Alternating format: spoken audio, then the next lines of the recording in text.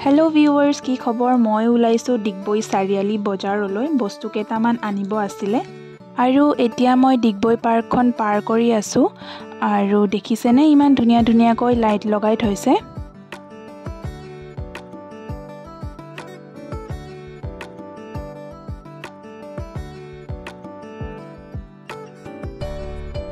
आरो এইবাৰ আহি পায় শাক সবজিহে প্ৰথমতে লৈ লৈছো। এই বজাৰখনত গধূলি অকমান ভিৰ হয় বাৰু, দিনতো ভিৰ হয় কিন্তু গধূলি অকমান বেছিয়ে ভিৰ হয়। আমাৰ ঘৰটো ঠাণ্ডা জেগাত আছে যে সেই কাৰণে কেতিয়াবা এনেকুৱা ভিৰ জেগালৈ ওলাই আহিব পালে কিবা এটা ভাল লাগে।